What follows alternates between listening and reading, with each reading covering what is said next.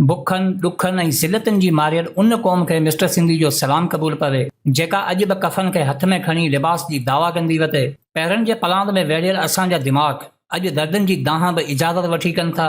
बीमार ज़हननि जी तीमारदारी कंदे उहे वजूद ई फना थी विया जेकी पंहिंजे ख्वाबनि में बि आज़ादी जी रूह रखंदा हुआ। हाणे ठग लोफर बदमाश ऐं करप्ट माण्हुनि जी छतर छांव में पड़ी तरक़ी खुशहाली ऐं आज़ाद ज़िंदगी जा ख्वाब ॾिसूं पिया। पंहिंजी औकात में नथा रहूं छो त पंहिंजी हैसियत ई नाहे रही। अना जो जंगूं विढ़ंदे असां उहे वजूद ई दफ़नाए छॾिया जेकी सच जी राह ते हली हक़ जा नारा हणंदा हुआ। हाणे हिते हर शख़्स पंहिंजी अलॻि ई दुनिया में रहे थो। कंहिंखे को सरोकार नाहे, केरु जीए त छा केरु मरे त छा। अहिड़ी सोच जंहिं समाज जी तख़लीक़ कंदी आहे उन में ब्रोनो आइंस्टाइन या स्टीफन हॉकिंग जहिड़ा साइंसदान पैदा नाहिनि थींदा, बल्कि हथ में रिपीटर खणी गैरत जा नारा हणंदड़ उहे किरदार पैदा थींदा आहिनि जेकी पंजनि माण्हुनि खे क़तल करे ख़ुदि पंहिंजे पाण खे बहादुरी जो एवॉर्ड ॾियनि था। ज़मीन जे जरे तां 10 माण्हू मारण वारनि खां केरु इहो बि पुछे त अधु सिंध ते कब्ज़ा करण वारी धारी लोध जा तव्हां घणा माण्हू क़तल कया। सच खे ॿुधण लाइ बि ताक़त खपे ऐं इहा ताक़त असांखे पैदा करणी पवंदी। जेसिताईं असां पंहिंजनि हालतुनि पंहिंजनि ग़लतियुनि ऐं गलीज़ रस्मनि जी निशानदेही न कंदासीं तेसिताईं सवाल ई पैदा नथो थिए त इन्हनि ज़िलतनि मां निकिरण जो को रस्तो मिले। तव्हां कॾहिं इहो सोचियो आहे त असांजी गैरत असांजी बहादुरी सिर्फ़ पंजनि ई माण्हुनि मथां छो थी ज़ाहिर थिए? छो त असां में हिमत ई नाहे जो ॿी कंहिं क़ौम जो मुक़ाबिलो करे सघूं। सर्वे कयो त हर फील्ड में तव्हांखे महरूमी मिलंदी। ज़िंदगी जे हर शोबे में असांजी साबिती पोइ सिफ़ में हूंदी छो त असां मुक़ाबिलो करणु कॾहिं सिखियो ई नाहे। ऐं यादि रखो त मुक़ाबिला सिर्फ़ हथियारनि सां नाहिनि थींदा। इल्म अकल ऐं हुनर हिन जदीद दौर जा ज़ेवर आहिनि। अॼु उहा ई क़ौम ख़ूबसूरत ऐं अमीर आहे जेका हिन ज़ेवर सां मालामाल आहे, पर असांजी सोच ई अलॻि आहे। कारो धागो गिची में ॿधिजे या बाहि में, इहो असांजो इल्मु आहे। बहितरीन ठारो ऐं चर्स जो सिगरेट कीअं तयारु कजे, इहो असांजो हुनर आहे। ऐं पंहिंजे लीडर खे मोतबर साबित करण लाइ ग़लति ॿोली जो इस्तेमालु करे पंहिंजी ॻाल्हि मञाइणु, इहो अकल आहे। महिनत इहा कयूं था त इनकम सपोर्ट जा पैसा वठण लाइ पोलियूं मोटरसाइकिल ते घरां खणी अचूं था ऐं शाम जो वरी उन्हनि खे वापसि घर छॾियूं था। वक़्त जो क़दुरु एतिरो आहे त चांहि जो कोप पीअण लाइ 5 मिंट लॻनि था, उन्ही कम लाइ असांजा ॾींहं वञनि था। क़ौम धरती खे छॾियो, असां त पंहिंजे घर सां बि सचा न आहियूं। माइट सोचनि था त पुट वॾा थी घर खे सपोर्ट कंदा ऐं पुटनि जो जहिड़ो ई इन ॻाल्हि ते हूंदो आहे त बाबा असांखे ॾिनो छा, पुटनि खे पढ़ाईंदे वालिदैन कर्ज़ी थी विया। इहा पोइ ख़बर पई त जाम शोरो में 4 साल हमराउन इश्क पे कया ऐं जेके इश्क खां बची विया उन्हनि वरी नारा पे हया। ओॾा सपनियूं लॻंदियूं वियूं, ॻोठ में कर्ज़ चढ़ंदो वियो। डिग्री मिली त नाले मातर, इन करे नौकरी बि चयो वञी ॿियो दर जांच। ऐं अॼुकल्ह सिंध में चमचागिरी ट्रेंडिंग में आहे। पोइ क़ाबिलियत खे पासीरो करे वॾेरे जा पेर झलियासीं, मथां किथे को जुगाड़ थी पवे। बुख में जिते पेट मानी जे हिकिड़े गिरह लाइ दाह करे पियो, उते असांजो नौजवान नस्ल वरी प्यार जा परणा करे पियो।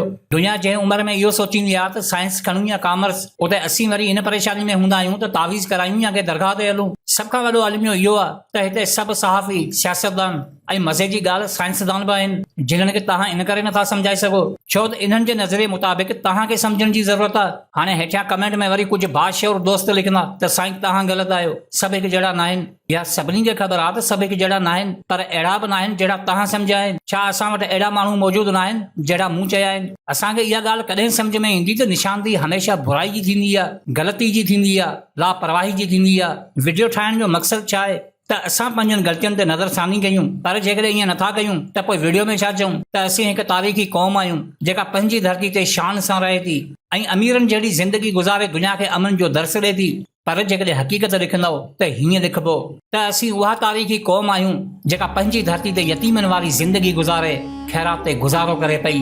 जेकॾहिं अहसास ज़िंदा आहिनि त उहे कोताहियूं ज़ाहिर कयो जिन्हनि नसलनि खे मफ़लूज बणाए छॾियो आहे। तव्हां इन ॻाल्हि खे छो नथा तस्लीम कयो त तबाही जी ज़िम्मेवार उहा बुज़दिली आहे जंहिंखे असां सबर जो नालो ॾियो वेठा आहियूं। असांजा ज़हन ख़ाली करे उन्हनि में अहिड़ियूं उमीदूं ऐं अहिड़ा ख़ौफ़ पैदा कया विया आहिनि जिन्हनि जे हूंदे साह बि सोचे खणणो पवे थो।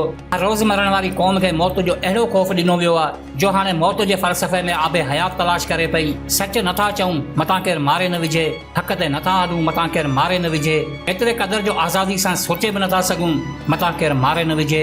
जेकॾहिं इन सोच ते दुनिया हले आहे त शायदि केतिरा ई बादशाह अॼु बि ज़िंदा हुजनि। 1710 में बर्तानवी गवर्नर डेनियल पर का तिबी मौत कोन हो, बल्कि एहतजाज कंदड़ माण्हू संदसि घर में घिड़ी करे क़तल कयो। 1963 में अमरीकी सदर जॉन एफ कैनेडी बि क़तल थियो। 30 जनवरी 1948 में मोहनदास करमचंद गांधी, 1984 में इंदिरा गांधी, 1991 में राजीव गांधी, 19 अक्टूबर 1951 में लियाकत अली खान, 4 अप्रैल अप्रैल 1979 में ज़ुल्फ़कार अली भुट्टो ऐं 27 दिसंबर 2007 में मोहतरमा बेनज़ीर भुट्टो खां अलावा जेकॾहिं दुनिया ते नज़र विझंदा त Ibrahim Lincoln, Martin Luther king, Shah Faisal, Saddam Hussain ऐं कर्नल कज़ाफ़ी जहिड़ा नाला सर फ़हिरिस्त मिलंदा जेकी ताक़तवर इंसान हुजण बावजूद बि ॿियनि जे हथां क़तल थी विया। त पोइ असांजी कहिड़ी हैसियत आहे? छा इन्हनि खे पंहिंजी ज़िंदगी प्यारी कोन हुई? ऐं जेकॾहिं इन्हनि खे क़तल न कयो वञे हा पोइ छा इहे मरण जे मज़े खां महरूम थी वञनि हा? न, मौत यकीनी आहे। खट ते बीमार थी खंगी खंगी मरण खां बहितर आहे कंहिं मक़सद जी हासिलात लाइ सफ़र में मरो। पर इंसान जी हिकु खामी इहा त हू जंहिं दुनिया खे फ़ानी सम्झे थो हमेशह उन्ही ते रहण बि चाहे थो।